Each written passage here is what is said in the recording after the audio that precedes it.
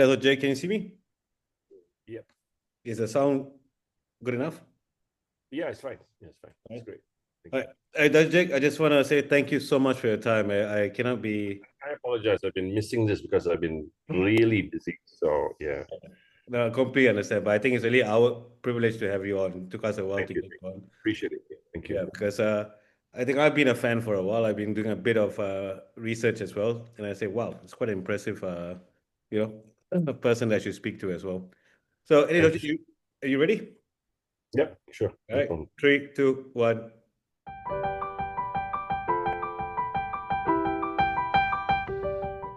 All right, welcome to the Full Musing podcast. Today I am beyond honored to have Dr. Dato Jake Abdullah to join us today to share a bit more about what we believe is important in today's industries. Namely, I want him to cover a bit more about leadership, his 20 or 30 years or 3 decades long career in the media, entertainment, as a speaker, as an entrepreneur as well, to get to where he is today. I think his experience will be really useful to a lot of us who are listening to the greater good of this. And Dr. J, thank you. Honestly, from the bottom of my heart, thank you. Most welcome. Just call me Jake. It'll be fine. Yeah. Jake, yeah. All right. Okay, Jake. Okay. So can you just give us a bit of a background, a little bit of an intro on who you are for people who may not know much besides me, who have done, yeah. Okay. Uh, where do I start? I guess in the beginning. So yeah. So I come from a family of five. Father was a government servant. Um, Tough life. I'm actually a Johor boy, Oh, born okay. and bred in Johor Bahru. So I moved to KL when I was like 8 years old. Tough life. Father was just a clerk in the railways. So at 15 years old, I started DJing at night, a real club, and going to school in the morning. Finished my SPM or O levels and decided to do because of peer pressure. My late grandfather, was an electrical engineer. Hmm. So, peer pressure, Indian family, you got to be an engineer, doctor, lawyer, and. Yeah. So I tried it. I didn't like it, so I quit. Told my mother, I says, um, "You got to let me do my thing." And in retrospect, I'm glad I said that because we want to listen to our parents, but sometimes they only know what they know. So I started playing in clubs from the time I was like 17, 18, 19, and what happened was it just went on. I won the Malaysian Open DJ contest in 1988. First time they had it, and I got into music and just playing in If clubs. you And don't mind so me asking, Jake, what kind of genre of music were you playing? yeah, so back then it's not even called hip hop. So people used to call it terrible to say, but people used to call it black music. Back Yeah, then. yeah, So it yeah. was the start of like Marvin Gaye, Motown, and stuff Mhm. like that. I still spin. I still spin after 45 years. I still play. I played a gig last week for a coffee gig with a former minister, Khairi Jamaluddin Yeah. KJ. So yeah. So okay. So at that point, I co-owned a club also, and somebody called me one day and said, "No, sorry, one of the singers in the club called me and said, Jake, they're looking for DJs at Miasat." Miasat was the mother company of Astro. Mm. So I said, yeah, I just turned 30, daughter is born. I said, why not give it a shot? So I went for the job, a pair of shots, and I got the job as a music director of Hits FM in Yes, I remember Hits 96. FM. Yes. Mhm. Yes. So fast forward many years, by 2012, I was the COO of the company. So, and because I just loved what I did, when you think about my childhood, my background, and all, we had no money to study, and suddenly you're getting all this information, you're just soaking it up. So by 2012, I was CCOO, and then I left. In 2012, I left and I joined the government. I did some pro bono work for the government at that time, and the very famous Dato Sri Najib Razak called Mm. me one day and said, Jake, would you like to run I Am For You, which is like a youth volunteer thing. And I loved it. I thought the idea was really good, although it was Yeah. government. I got nothing against the government, but I thought it was something that I could do for the country, patriotic in that sense. Mm. So I did that for a year till 2013. After the election, I was called back to and given a job as CEO of Astro. Mm-hmm. so Astro Radio, and also Rocket Fuel Entertainment, which is Malaysia's first influencer platform. Yeah. I did that till 2019. I said, you know what, I had enough. I'm top of my game. I'm, not saying that arrogantly, but I just didn't feel challenged. I Yeah. left and joined a fintech called Fave. Fave, I'm sure you know Fave. I do. So Yeah. Fave Malaysia, I was MD for Fave Malaysia. And that was just when the COVID hit and, But sir, sir, bad. can I stop you because I know that transition is something I really want to talk about. That move from broadcasting, from media to entertainment, all the way to a fintech payment platform. Hmm. How was that transition like for you? I mean, I'm sure there's that management skills that's transferable, but how about the knowledge space as well? Was that transferable? Are you talking from broadcast to fintech? Yeah, Yeah. exactly. So That's yeah, I very was hired to actually give the company um, a sort of a different stance on leadership, right? So I've been known to, I mean, I'm a turnaround specialist, mm-hmm. so brought into Fave and all that. But I came in at the wrong time, in retrospect, in hindsight, when you think about it, it was a tough time because COVID just hit. So when COVID just hit, there's nothing to do. Yeah. Retails were shut, and my good friend who was the MD in Singapore AP also struggled, and it Mm-hmm. was just terrible. So I spoke to the owners, Joel, and I said, you know what, I don't want to tax the company. I'm getting paid well. So Mm-hmm. at the time I was 55, I said, you know what, I'm going to make the bold move of retiring. So I decided to retire, Mm-hmm. but it was for maybe for 2 weeks. And then, I'm a qualified personal trainer also. So I was training some CEOs and stuff like that. And then um, I get a call from people who own a large broadcast group who are the Astros competitors, Media Prima, TV3. Mm-hmm. And said, would you like to come and turn around our radio business? So I said, yeah, let me consult. I don't want to do any corporate work because I'm tired of boards and Yeah. KPIs and, Yeah. and all the bureaucracy that comes to the job. So yeah, fair enough. So after 3 years, we've turned the company around. So very, so Fly FM and all our stations are doing really well. Mm-hmm. But apart from that, I also started to divert into coaching, teaching. Yeah. I'm an adjunct professor in two universities here, Taylor's and also UUM. Mm-hmm. I started doing a lot of keynotes. I do a lot of leadership training for VPs and above, for CEOs.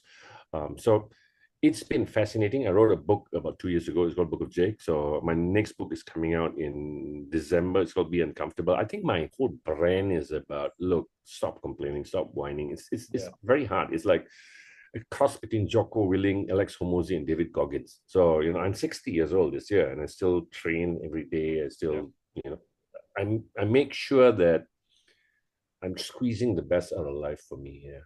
Yeah, but do you think that rhetoric still works today when we look at just grab life by by the kahunas as we say, instead of the mollycoddle of what today's generation go through, versus Well, because you, I see you're, the you're right. disparity. Yeah, I You're see the right because disparity where you're you right. have the guys who are who are born in a certain what I call age group or a certain demographic who kind of believe that you can't sit around and wait for things to happen. You're going to make things happen. And there's the other group is going to say we're entitled to certain things. So I think that is. Do you find that bridge, or do you Yeah, find? you're absolutely right. So I have young adults as children also. So, and I can see that, but it is us that was spoiled our children.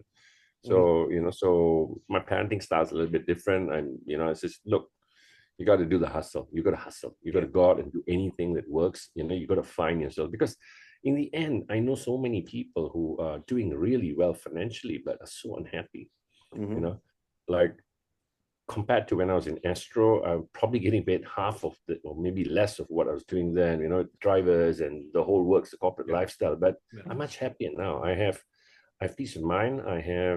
I'm like, I just finished two coaching sessions today with two large banks. Yeah. So I'm really enjoying myself because it's value.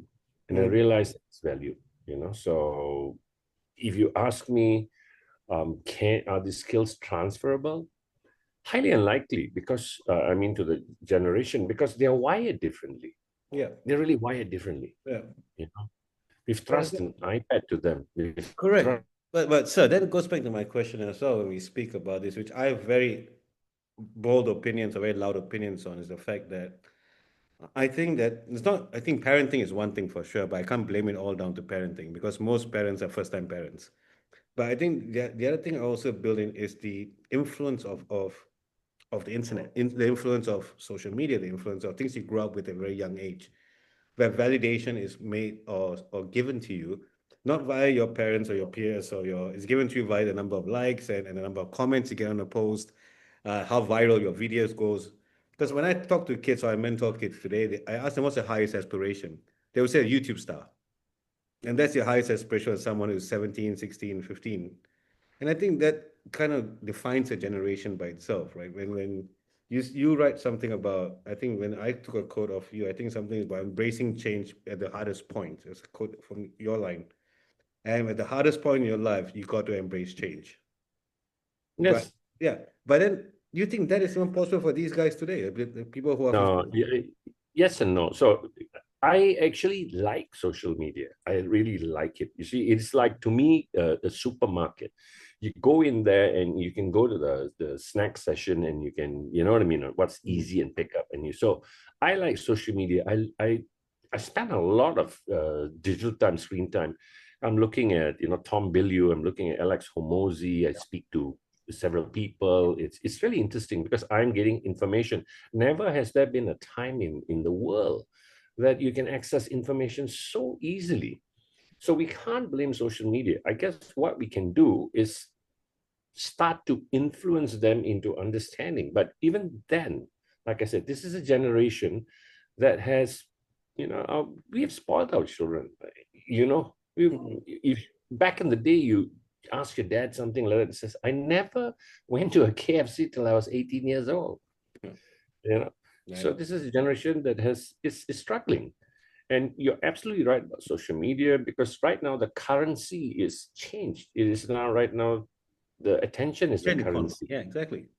Yeah. Yeah. So you're getting up in the morning and you're checking your phone and you're seeing how many likes and how many this and how many that. But usually, like I do a lot of posts, but mine is all scheduled. I'm using, you know, Yeah, correct. uh, Mm. AI and stuff like that to get stuff done. So, and I want to get the word out. I want to, it's so nice to, Rakesh, to get somebody messaging me and saying, you know what, hey Jake, you changed my life really. Mhm. Thank you so much. This is a 52-year-old man who messaged me like 2 days ago. Wow, that's so amazing, you know. So I think I am drawn to that. Naturally, I'm very altruistic, so I'm drawn to that. Yeah. Yeah. Yeah. Yeah. But Mhm. going back to the other question, I said, let's go back to initially to the leaders of hopefully the leaders of today who you are very probably closer with than I am. But do you think leaders today are embracing this change of, say, potentially new employees, the new what we call generation of people entering the workforce? Are they embracing that little change? And as if you are a current leader, what would you think your leadership style would look like today? If you're Okay, managing, so yeah. no problem. So we talk a lot about transformational leadership, Mm-hmm. but everybody talks. That's the buzzword. Must move from transactional to Mm-hmm. transformational. But don't you think that it's wired to be transactional? You still getting paid the salary, you're still getting bonus, you still work, you still get an appraisal. So it's transactional. So when you talk about transformational leadership, it's different. It is actually bringing people up to add value to match with the company goals and stuff. So I guess the hiring process needs to change. A lot of people, which also like I argue a lot about the education system because we are all memory based. For if you talk about before me and you and goes down to the late Gen Y, Mm-hmm. on memory-based education, which is to me right now, I say, and a lot of people get upset when I say this, intelligence is so overrated. Yeah. Why? Because I can prompt it and immediately do something.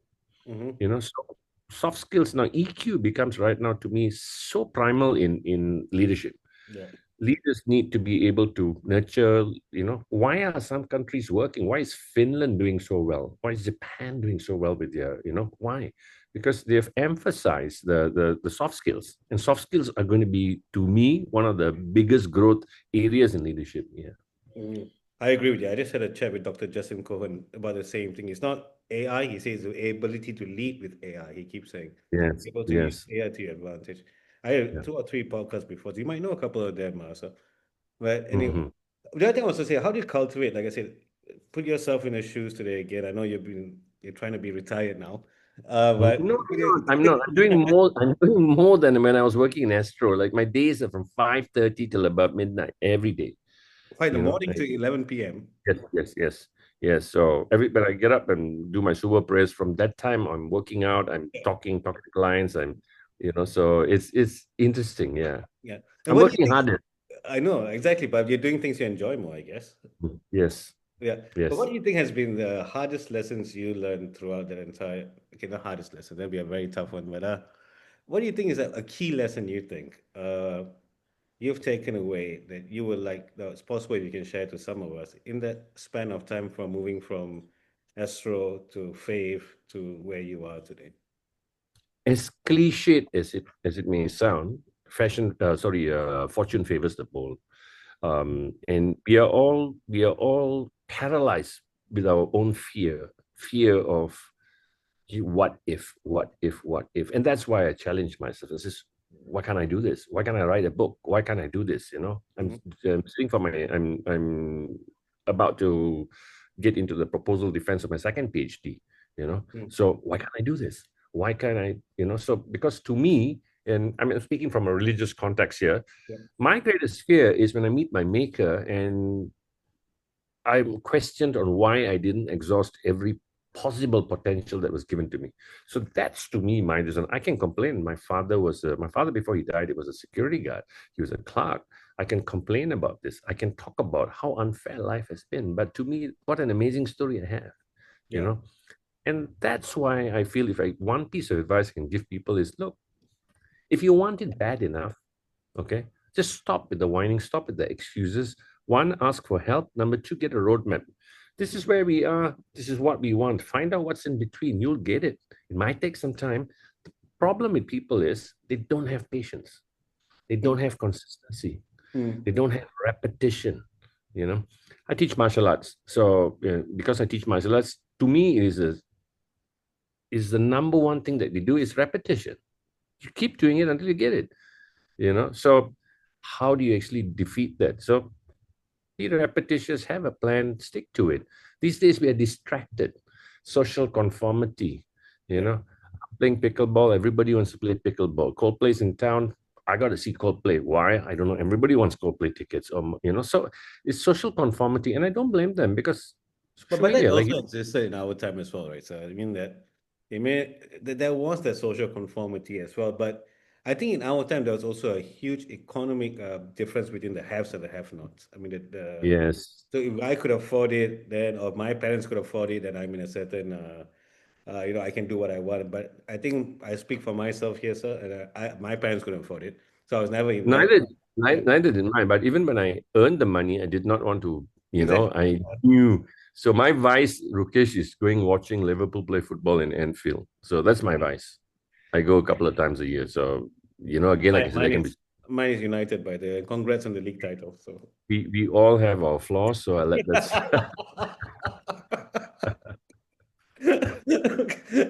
you're forgiven. It's okay.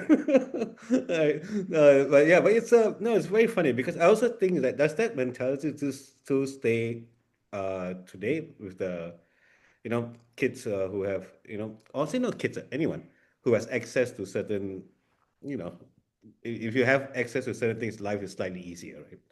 Versus not. easier, but is it, does it prohibit you to grow? So my next book is about that. It's called Be Uncomfortable. When I mapped every possible growth phase in my life, it was when I was hitting the walls, and it was sink or swim. So my growth has come from those places. I've gone through some amazing times, but I've never complained about it. You'll never see me whine on social media. Oh, you don't. Mm, Because to me, it says, what can I learn from this? What can I take away? Yeah, sometimes it's really tough. But I guess growth comes from being uncomfortable. And these days, I hate to say it, I think Gary Vaynerchuk said this really well. When we're giving away trophies for seventh place at the kindergarten, you're mhm, celebrating mediocrity. mhm. How do you expect these kids to grow up? It's not your fault, you Yeah. know. I, Yeah. I don't know. I am for it to include inclusivity. or the idea to participate, I think that is a bigger thing than actually the trophy itself. Because nowadays people are so reclused, Mhm. where the idea of participatory, the idea of joining Yeah, something, yeah. I think that, Agree. yeah, I think there's a dual prong to this one. But I agree with you. I mean, no one wants to finish second every year like Arsenal, and think they won something. I had to put it in there, and think they're the best in England, right? So I Of get it. course, of course. But because Mhm. end of the day, who cares? The trophy back home matters as well. But that will come, I believe, in years of going to school, to uni, to, you play sports or you play something and you kind of get that inside of you naturally. But I think initially at a young age is being, just being, no, just participating, get off the phone, get off I Yeah. think, So, Rupesh, you somebody asked me. Sorry to interrupt. yeah, Somebody asked me this and says, if I could give one great line, what would it be? And I said, look, I am where I am because of my social and cultural programming. I exactly. am where I am because, yes, I am where I am because my parents were poor. I am where I am because I lived in a community with multiracial family. I speak so many languages. I am who I am because of I understand what is adversity. Mm-hmm. So I guess if we do not expose our children to these things, Yeah, you know, how are they going to grow? exactly. It's like, Yeah. but these are tough conversations to have. I think every parent wants to have their kids hang out with a certain sector or segment. Elite. Right? Yeah, yeah, exactly, right. And like some of us who grew up in a certain, for me anyway, a certain social demographic where we hung out with everybody. From Mhm. uncle selling your teh tarik all the way to amma selling your bakwa, we all she knew everybody. You're a boy in the whole neighborhood. So this was something that we grew up with understanding. That after that, me going to uni, I was a bit fortunate enough to meet some, a different batch of people that got me my corporate life going and all that. I think that was a huge difference that made me want to work harder versus I can say, having to work harder. I really wanted to Mhm. aspire to be somebody, right? Because I always thought that. I think That's we great. give, yeah, because I think we're given one shot in life, make the most out of it, right?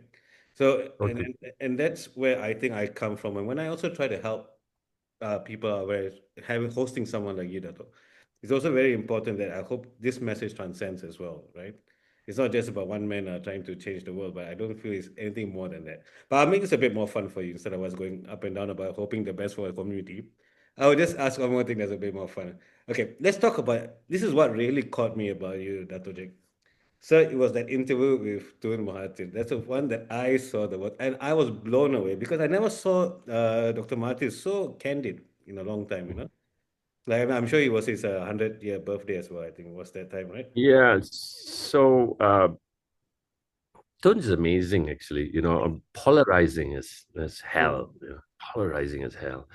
And I've dealt with him in a different capacity when he was chairman of Proton also. But one, he is still very capable of being very astute. So while I might not agree to most or 50% of the things that he said, but I do subscribe to the fact that, and this is to me in the records, when he was the prime minister of Malaysia, Malaysia was the Asian tiger, you Mm. know, Mm-hmm. and he's never afraid to, in a world forum, never afraid to stand and represent Malaysia.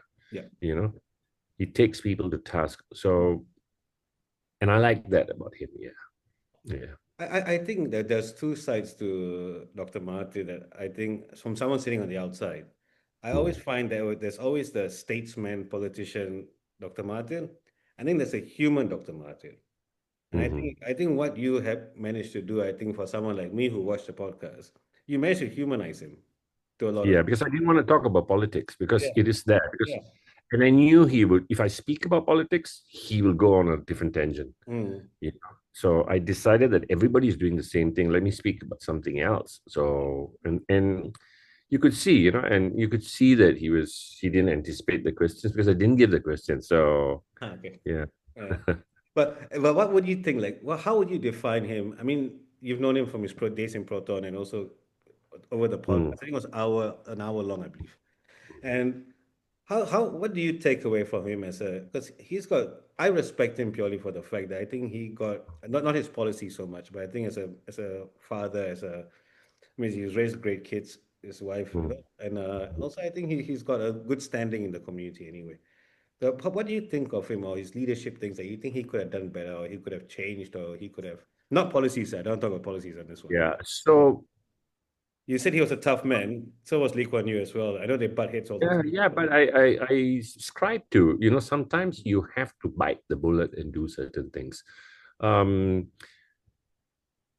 if you ask me financially, Malaysia was in a better position, that could be reflective of many other things, like could be nothing to do with him anyway. But what I like about him is he was very firm. What I wished he would have done better is unite the people more. I Mhm. felt that was to me tough to take, so unite the people more and go into so I even Dato Sri Najib, they all had their one Malaysia, Ismail Sabri had Keluarga Malaysia and stuff. So I think he introduced the whole Bumi Putra law as well, right? Which I think was yeah, quite divisive at it's the not him. It was not him. It was back earlier than then.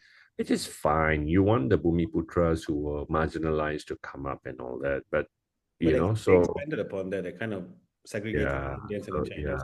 yeah. Yeah. So to me, if you talk about Tun Mahathir, Mm. if you talk about 100 years, a man still capable of doing so much, I cannot think of anything bad to say, because you know why? I am sitting there and watching this man when I was doing the podcast, and I said, amazing. He's 100 years old. He's agreed to the podcast. He's answered everything. He said that he asked me all the right questions also, Mm. you know. And for somebody 100 to do this, who do I compare him with? Yeah. I can't. Yeah. You know, just like I said, just like you, I have a different opinion on his political standing, but he served well. You know. Needed. Okay, I'll do a quick Mm. five you, Dato. 5 minutes. Mhm. I'm going to ask you questions. It's just one word or two word answers. So Okay. you travel the world. What's your favorite food ever? Mediterranean. Yeah, Mediterranean Mediterranean food. food. Anything in Mm. particular? Any dish in particular? Anything that's of Greek and slash Yeah. Arabic, I'm fine. Like, yeah, yeah, yeah. Yeah. Okay. Favorite city Yeah. you visited besides Anfield or Favorite, Liverpool? favorite. Oh, it is Anfield. It It is is. Liverpool. It's Liverpool. It is Liverpool. Yeah. It is Liverpool. I Okay. loved it. Anything, I got anything my outside of PH. anything outside I Liverpool? outside of Liverpool would be probably Seychelles. Yeah, Yeah, so beautiful. It's a Seychelles. coastal. Yeah. Beautiful. Yeah, Yeah. yeah, yeah. One more thing. If you have one song that could define your life up to today, what would that song be? Oh wow, that's a very, very good question. So I'm quite eclectic. I listen to everything, Mhm. but I'm such a big Bob Marley fan also, because Yeah. I like his lyrically, he's really good. I don't know, it'd probably be, Stir It Up Yep. by Bob Marley, you know. Mhm. It's like if you listen to the lyrics, the song is about stirring up yourself. Yeah, I know. I heard that one before. Yeah. Okay, Yeah. that's a go. Bob Marley, stir it up. Okay, Mm. last one for the quick fire. One leadership mistake that became a defining lesson. Okay, so very good question also. So a lot of people mistake management from managing from leading. Okay. Mhm. So at my early point, I was managing more than I was leading. And I realized that I was stepping on too many toes. Mhm. Managing is task-based, leadership is people-based. Correct. Mhm. That was what my mentor told me. He says, you're managing, you're not leading people. Why don't you try leading people? Why don't you ask them? Why don't you get the answers from them? So that changed my life, yes. Mhm. That's very. Thanks. Thanks. That's actually quite deep. Yeah. I wish you can expand Mhm. upon it, but no, that's actually very deep. I think if you Mhm. can define two different subsets, I think it really is two different things.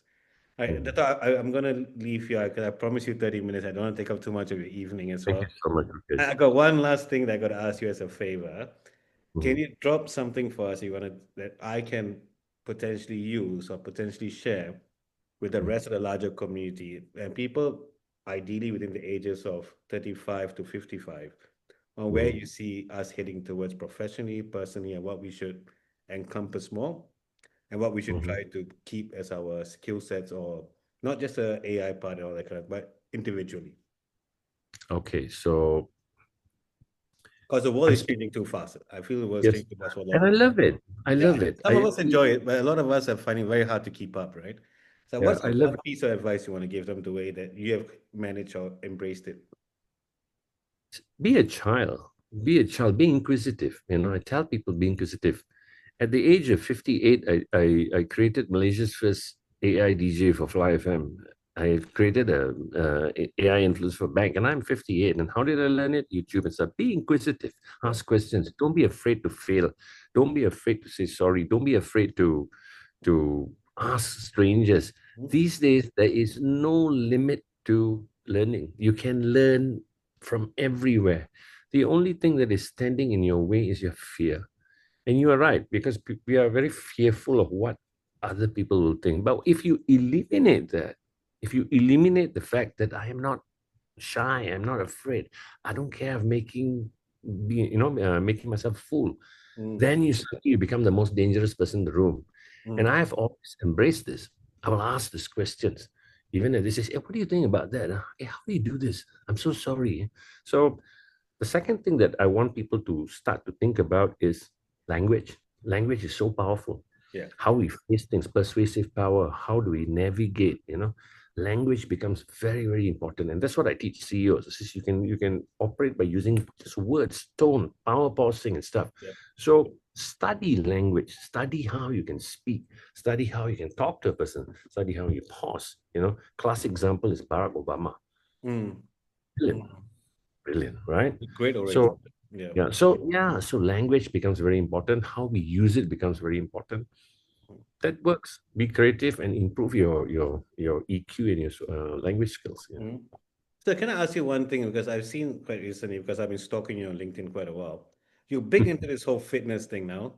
I've Mhm. seen that. You want to share a bit more on what this new, you have, Yeah, I've you not now. I've always been into fitness. I've always been into got fitness. a podcast and you got you have a new podcast that's out as well, I believe. It's called, yeah. Yes, Then Book of Jake. also, Yeah. correct. And then you also are kind of asking or encouraging people to start working out. Yeah, because so to me, one of the primary things that's going to be affecting people is in Malaysia is second obese country in Southeast Asia. Mm, We don't walk enough. So and that's while people say it's not going to happen to me, if like 40% of the country is obese, that's going to be this take a toll on the economy, right? But people don't have the information. I guess there should be more information you know or they say ridiculous things like, oh, I shouldn't eat rice. No, you shouldn't eat a lot of rice, or yeah, should walk, yeah. or should so basic information people don't know. So why health? Because I come from a lineage of cardiovascular deaths. All my grandfathers died of, and my father died of a heart attack. So Sorry. Yeah. this is quite scary. And being Indian, you're predisposed to all this Yeah. major mortality disease. So I decided to take care of myself. And I says, how do I take care of myself? Just be consistent. So I get up in the morning and pray at 5:30, and I'm doing my workout, and I'm going for a run. I'm lifting weights, and I just watch my food. I watch simple. Mm, So what does all this mean if you get sick? yeah. You know. Hmm. There's, So that's why health is to me primary. And I always tell people that, yeah. And yeah. it's very nice, Rukesh, you go and do a keynote, and I'm quite well built and I stand there and you command the crowd. So, and people Mhm. see, and usually it's reflective. This is, oh wow, that guy is really this. And I always get the question, sir, Dato, how often do you work out and stuff? Like nothing about leadership. So to me, it's reflective. I want to give them a vision. I want to give them and says, you know what? This is your lowest point. You can get higher. I'm 60 years old. Yeah. I'm getting 60 in about 4 weeks, I think. So, Mhm. 4 or 5 weeks. Oh, So wow. it's possible. Yeah. Wow. Yeah. Well, sir, it's been a honor and a pleasure. I'm going to give you the last minute if you have anything you want to say or before. Yeah. So I think I want to thank you for Oh, having the thank you, sir. courage to reaching out to me. I usually will reply most people. I usually will reply most people, and I want to urge you to keep doing what you're doing, and keep pushing out your content as many via many platforms as possible, because you never know. And I tell people this: you never know. And if I didn't call Tun Mahathir, I wouldn't have got the podcast. I've lined up some amazing guests in the next year. Mhm. But what I'm telling you is keep doing what you're doing. To me, it's like keep doing what you're doing. Push. If you really believe in it, you're a great host. You speak very eloquently. Keep pushing what you're doing. Okay.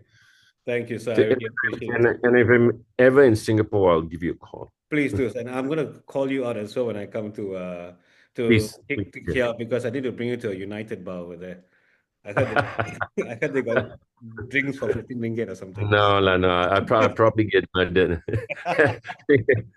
Take it easy. All right, Yeah. thank you, Dato. Thank you so much for your time. I really appreciate it. I'll stay in touch anyway, Dato. Yeah. Thank you. Thank Okay, you. have Thank a you so much. wonderful evening. All right, thank You you. too. Bye. Bye. Bye. Bye.